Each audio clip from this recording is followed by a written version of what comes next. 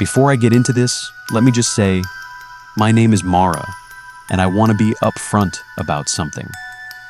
Nothing visibly horrifying happened to me during my freshman year. No figure at the foot of my bed, no voice in the walls, no moment where I ran screaming from a room. What happened was quieter than that, and in some ways, I think that's what makes it harder to shake. Because there's no single moment I can point to and say, that, right there, that was the thing. It built slowly, over about 6 weeks, out of something as ordinary as a reading log, and by the time I understood what I was looking at, I couldn't ununderstand it.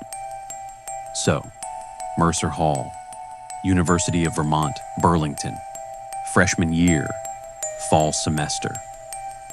My room was on the 4th floor, 412. No roommate, which at the time felt like a gift. A single room, small but mine, with one window that looked out over the quad and caught the afternoon light in a way that I genuinely loved. The building was older, one of the original residential halls from the 1940s. The kind of place that had been renovated just enough to feel modern, but still had the bones of something much older underneath. The deep window ledges, the radiator that clanked every morning at 6, the hallway that ran slightly off true, maybe 2 or 3 degrees from perfectly straight, in a way you only noticed after you'd been living there long enough. The first few weeks were fine. Normal freshman adjustment. Homesick in waves, exhausted all the time. The slow process of figuring out who you were without anyone from home around to tell you. Nothing unusual, nothing worth noting. The thing started with a book. There was a small study lounge at the end of the 4th floor hallway, and in that lounge there was a single bookshelf. Not a library, just a collection of books that residents had left over the years. Mostly paperback novels, a few textbooks nobody wanted, some outdated travel guides.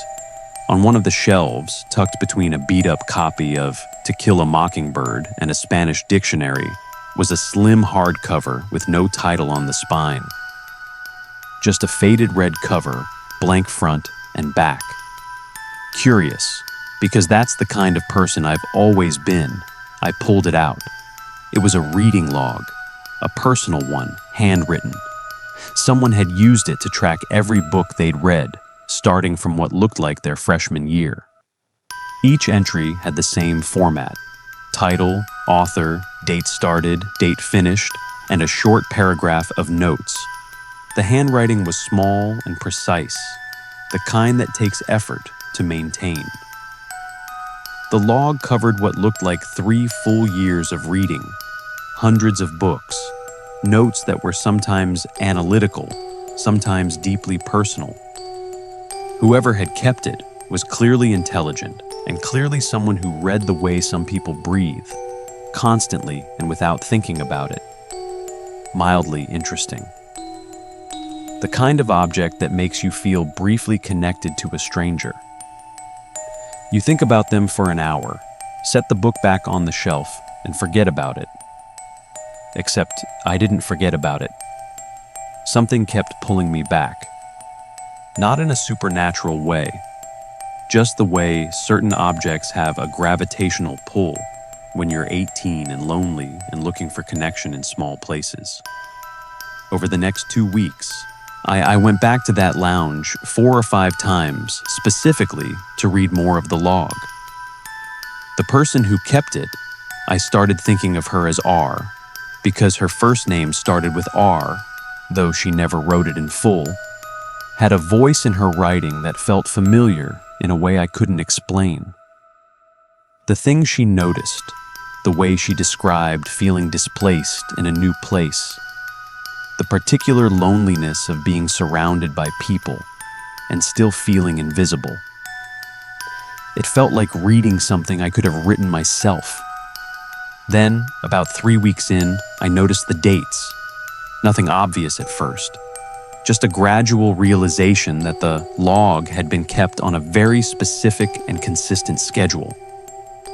R read every day, logged every few days, and the gap between entries was almost always the same. You could almost set a clock by it, until you couldn't. About 2/3 of the way through the log, the gap started stretching. A week between entries, then 2. The handwriting, which had always been so controlled, began to show small inconsistencies. Letters that didn't close, words that trailed off at the end of lines. The notes became shorter, vaguer. The last dozen entries were just a few lines each. No analysis, no personal reflection. Just titles and dates, like she was trying to maintain the habit through sheer mechanical repetition, without having the energy for anything more. The very last entry was a book called The Folded World. The date she started it was November 14th. There was no finish date. That was the first thing that stayed with me. You keep a reading log for 3 years, hundreds of books, every single one finished and noted. And then the last one just stops. No end date. She set it down mid-book and never picked it back up. I told myself there were 100 explanations. She transferred. She graduated early. She simply fell out of the habit. But the log had been left on the shelf in the 4th floor lounge of Mercer Hall, the building where she'd kept it. That felt deliberate in a way that was hard to dismiss. I started paying attention to the details I'd skimmed over before. The room number she mentioned once in a first-week entry where she described her view from the window. The quad, the afternoon light, the radiator that clanked at 6 in the morning.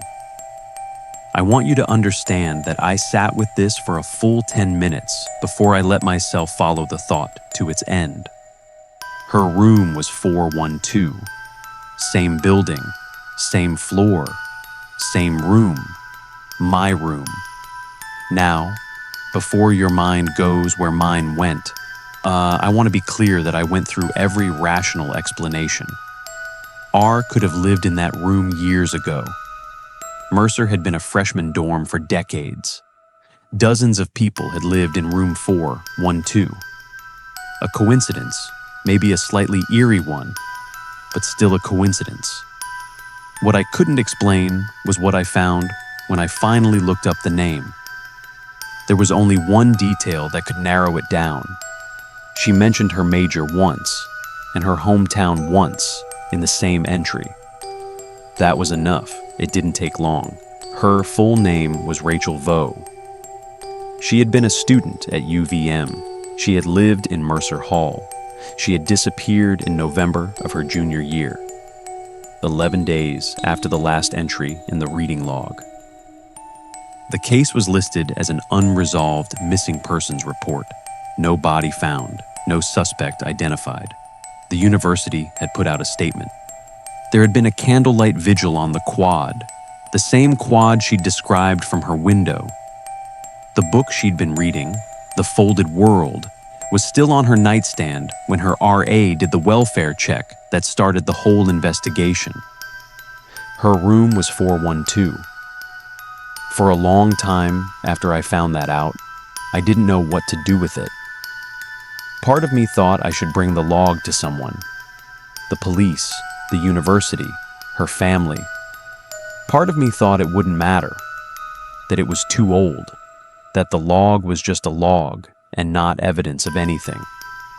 What I actually did was put it back on the shelf. I couldn't explain that decision, and I still can't, not fully. It felt like it belonged there, on that floor, in that building. What I can tell you is that I requested a room transfer the following week, and that for the rest of that semester, whenever I walked past the door to room 412, I walked a little faster. And that, somewhere in that 4th floor lounge, unless someone else has taken it, there is still a slim red hardcover with no title on the spine, with an entry that never got its ending, just like she didn't.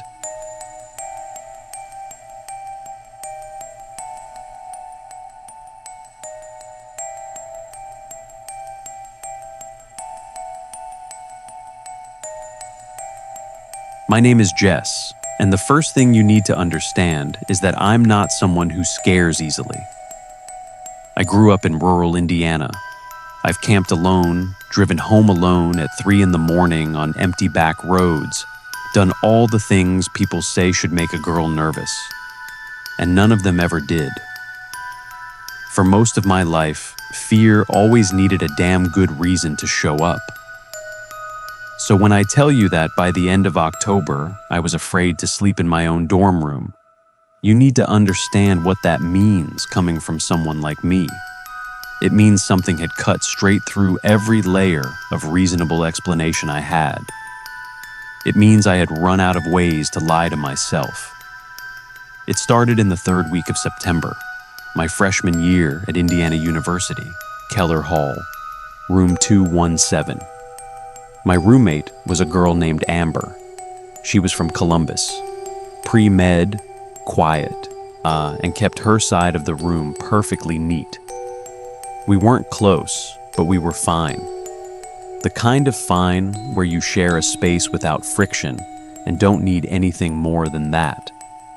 The first night it happened, I didn't understand what had woken me. It was around 2 in the morning.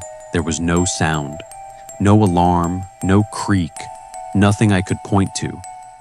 Just a sudden, complete awakening, like someone had flipped a switch inside my head. The room was dark. I lay still for a moment, getting my bearings, and then I noticed something I'll describe as precisely as I can, because it matters. There was warmth near my face, not the warmth of the room, not my own breath bouncing back from the pillow. This had direction. It came from outside me, from a specific point in the air about 18 inches away. And with it, very faint, it meant the smell of someone else's breath. I turned my head. Amber's bed was on the far side of the room. I could see the shape of her under the blanket, the rise of her shoulder, the outline of her head on the pillow. She was still in her own bed, nowhere near me. I lay there a long time afterward, long enough for the warmth to fade, if it had ever really been there, long enough to almost convince myself. A half dream, I decided, hypnagogic hallucination. The kind of thing your brain makes up in the space between sleeping and waking. It happens. I didn't think about it again, not seriously. The second time was 10 days later. Same hour, same sudden wakefulness, same immediate and total clarity. And before I could even turn my head, before I could do anything at all, I already knew it was there again. That warmth, that presence of breath at the exact same distance from my face, 18 inches, close enough that if I reached out, my hand would touch something. Amber was still in her own bed, blanket pulled up, facing the wall, motionless. This time, I didn't try to talk myself out of it. I started sleeping with the small desk lamp on. Amber asked about it once, gently, and I told her I sometimes woke up at night and didn't want to trip over anything. She accepted it. She accepted almost everything without asking too many questions, something I used to like about her and was now starting to feel differently about. Because here's what I had begun to notice in the weeks since that first night. Amber slept unnaturally still, not the normal stillness of deep rest. People move when they sleep. They shift, adjust an arm, tug at the blanket.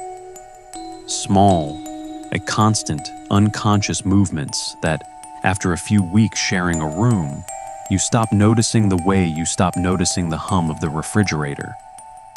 It becomes background noise to the night. Amber had no background. On the nights I lay awake watching, she didn't move once. She stayed in exactly the position she had been in when the lights went out, and stayed that way for hours until I finally fell asleep again. The blanket never shifted. Her breathing, when I listened hard, was so quiet it was almost imperceptible. I'm not dramatic, I want to say that again. But there is a very specific, recognizable difference between the stillness of someone sleeping and the stillness of someone trying very hard to stay still. By the middle of October, some part of me, the part that operates below conscious reasoning, had already reached a conclusion the rest of me wasn't ready to accept. The third time it happened, I had left the desk lamp on. 2:17 a.m. Same sudden awakening, same total clarity, and it was there again, that warmth, that breath, at the exact same distance from my face. This time I didn't turn my head slowly. I sat straight up. Amber was still in her bed, more than 8 feet away, lying on her side, facing me, eyes closed. The blanket was pulled up to her shoulders. The lamp was on. The room was bright. She was in her own bed and completely motionless, and there was no physical explanation for what I had just felt. I sat on the edge of my mattress, feet on the floor, and watched her. She didn't stir. Her face was relaxed in the exact way a sleeping person's face relaxes. Her breathing was steady and deep. She looked exactly like a girl sleeping soundly after a long day of classes. Except when we had gone to bed, both her hands had been resting on top of the blanket. Now they were underneath. It was such a small thing. People move their hands in their sleep. But I had been watching this girl for weeks, and she didn't move when she slept. I never said anything to her. Not that morning, not ever. What I did do, the following week, was go to the housing office and request a room change for the spring semester. Personal reasons, I wrote. They gave me a form. I filled it out and handed it back. They processed it without any particular reaction. The woman behind the counter, a woman in her 50s with reading glasses hanging from a chain, did look up at me once while she typed. Just for a moment. Just long enough to ask which dorm I was moving from. When I said Keller Hall, she wrote it down. She didn't ask for the room number. She just wrote it and kept going. At the time, I didn't think much of it. Months later, talking with a girl I'd met in the spring semester, the conversation turned to dorms. She asked where I'd lived my freshman year. When I said Keller Hall, something small shifted in her face. Not a big reaction, just a tiny, involuntary tightening. She had lived there 2 years before me, she said. Second floor. She said she'd had a single room, but still requested a transfer. She said the housing office had processed her request the same day she submitted it, faster than any transfer she'd ever heard of. She said they hadn't asked her a single follow-up question. I thought about the woman with the reading glasses. I thought about the way she had written down Keller Hall without looking up, without asking which room, without asking what had happened, as if she already knew the shape of the answer, as if she had written it down many times before.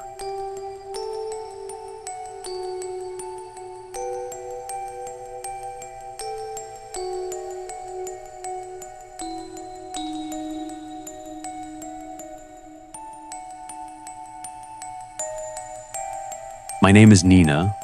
I'm a sophomore now, and the reason I'm sharing this is because I spent the better part of 8 months convincing myself that I was being paranoid, that I was overthinking things the way anxious people do, that there was a perfectly good explanation for all of it. And then I found out the truth, and I realized the most disturbing part wasn't what had been happening in that dorm.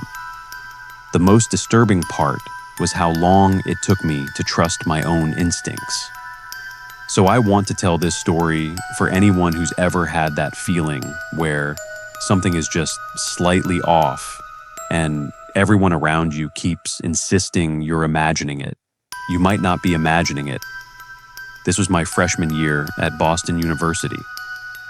Aldrich Hall, fall semester, room 309. My roommate was a girl named Priya, who I genuinely liked. And for the first couple of weeks, everything was exactly what freshman year is supposed to be. Overwhelming, exciting, disorienting in a good way.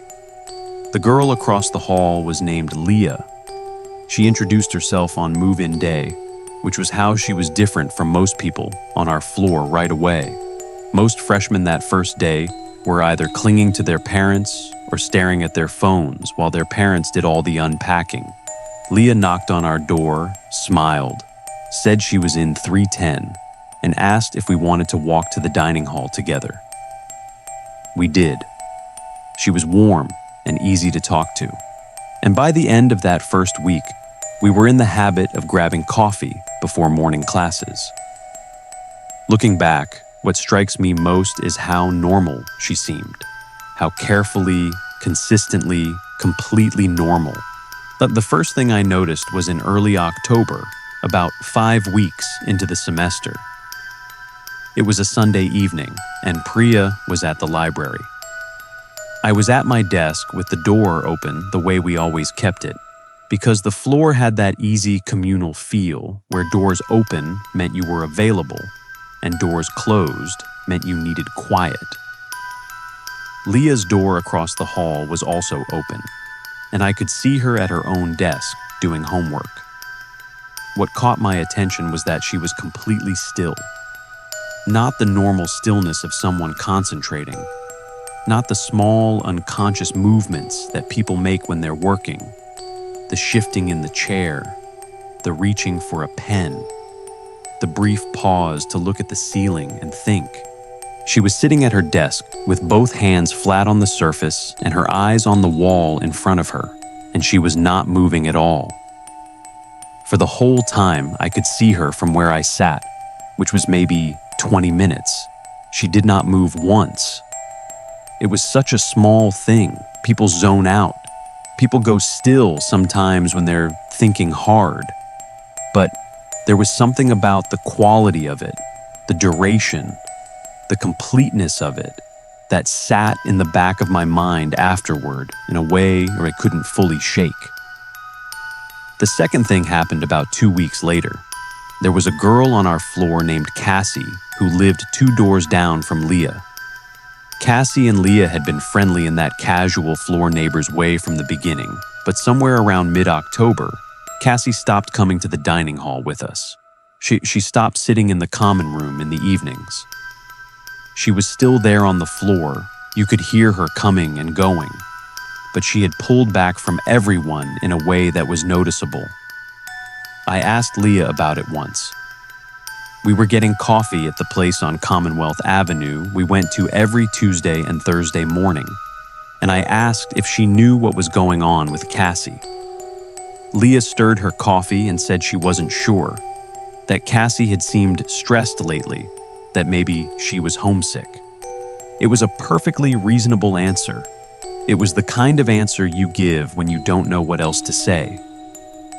But here is what I noticed, and what I kept coming back to for weeks afterward. When I brought up Cassie's name, Leah did not look up from her coffee cup. The whole time she was speaking, from the first word to the last, she kept her eyes on the table. Not in a guilty way, not in a shifty way, in a very controlled, very deliberate way, as though she was making a decision about where to look.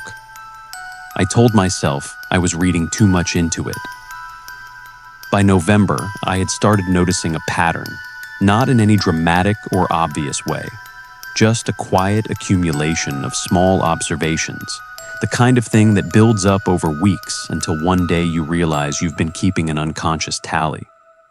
Every person on our floor who had seemed close to Leah at the start of the semester had, by some point in October or November, quietly withdrawn from the social life of the floor. Not dramatically, not all at once. One by one, gradually, they pulled back, started keeping their doors closed, stopped coming to group dinners. And when you talked to them, they were fine. Just tired, they'd say. Just busy, just going through a hard time. Every answer normal, every answer reasonable, every answer a way of ending the conversation without saying anything. I started counting.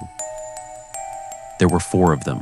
4 people who had started the semester as regulars in our floor's orbit and had, within the span of a few weeks of growing closer to Leah, gone quiet.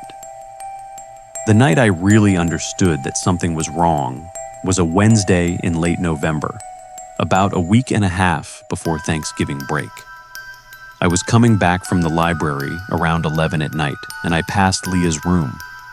Her door was closed, which wasn't unusual, but there was a light on inside, visible in the gap beneath the door, and I could hear her talking. She was on the phone, which also wasn't unusual. What stopped me was what she was saying, and not the words exactly. I only caught fragments because I wasn't standing there long enough to hear a full sentence. What stopped me was the tone. Leah's voice, when she talked to us, when she talked to anyone on the floor, had a particular quality to it. Warm, engaged, like she was genuinely interested in everything you had to say. The voice I heard through the door that night was completely flat, not cold, not angry, just completely without texture, like a voice that had set down something it was carrying and didn't need to hold it anymore. I kept walking. I went to my room and I lay awake for a long time. The week before Thanksgiving break, I did something I hadn't done before. I called Cassie. Not to hang out, just to check in, because I'd barely seen her in weeks and it bothered me. She picked up on the 3rd ring and we talked for about 20 minutes, and she was perfectly fine, perfectly pleasant. But at a certain point, I asked her directly, was everything okay with her and Leah? Had something happened between them? There was a pause. Not a long one, just a beat. The kind of pause that happens when someone is making a decision about what to say. Then Cassie said everything was fine. She said Leah was great. She said they just had different schedules now and hadn't had as much time to hang out. I believed her, and I didn't believe her at exactly the same time, because the words were completely fine and the pause before them was not. I went home for Thanksgiving and I tried to forget about it, tried to let it go. The way you let go of things that don't have a clear name and don't have a clear shape and could easily just be the result of too much stress and too little sleep, and the heightened sensitivity that comes with your first semester away from home. But when I came back in December, something had changed.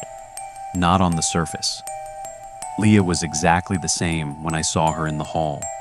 Warm, smiling, asking how my break was. And yet something had shifted in the way she looked at me that I can only describe like this. Before Thanksgiving. When Leah looked at you, she looked at you the way a person looks at someone they like. After Thanksgiving, when she looked at me, she looked at me the way a person looks at something they are thinking about. It is a subtle difference, and I know how that sounds, and I don't have a better way to describe it. The last week of the semester, I was talking to a girl from the floor below ours. Her name was Dara. She was a sophomore, and we'd gotten friendly over the semester. At some point, the conversation turned to our floor, and she asked how the people up there were, and I mentioned Leah, and something happened to Dara's face. Not a dramatic reaction, just a very brief stilling, like a door almost closing. I asked her if she knew Leah. Dara said she had, last year. She said they had been close at the beginning of her own freshman year. And then, in the way that she said what she said next, slowly and carefully and without looking at me directly, she told me that she wasn't close with Leah anymore. That she'd made a decision around November of that year to create some distance. That she thought it was the right decision. that she thought it was the healthy decision. I asked her why. She was quiet for a moment. Then she said something that has stayed with me since. She said that being close to Leah had felt, after a while, like being slowly emptied out. Like she would leave every conversation having given something she didn't know she had to give, and arrive at the next one with slightly less of herself than before. She said she couldn't explain it better than that. She said she tried to explain it to people, and they'd looked at her like she was being dramatic, so she'd eventually stopped trying. I finished the semester. I did not grow closer to Leah, and I did not have a dramatic falling out with her. I just quietly let the distance grow, the way you do when you understand something without being able to prove it. At the start of spring semester, I requested a room transfer. I told the housing office it was for academic reasons. They didn't ask follow-up questions. I looked Leah up once, about 4 months after all of this. Tried to find something that would explain it, give it a shape, make it something I could name. A diagnosis, a history, an article, anything. I found nothing that felt satisfying. What I found was a pattern across 3 consecutive years at the same university. A cluster of transferred students, withdrawn students, students who had quietly and without explanation stepped back from the social life of whatever floor she had been on. None of them publicly connected, none of it provable in any way that would matter to anyone official. Just a shape if you looked for it. Just a room at the center of it. And a girl who was warm and easy to talk to, and who looked at you after a while, like she was thinking about something she needed from you. I don't know what that something was. And honestly, I think not knowing is the part that still keeps me up at night.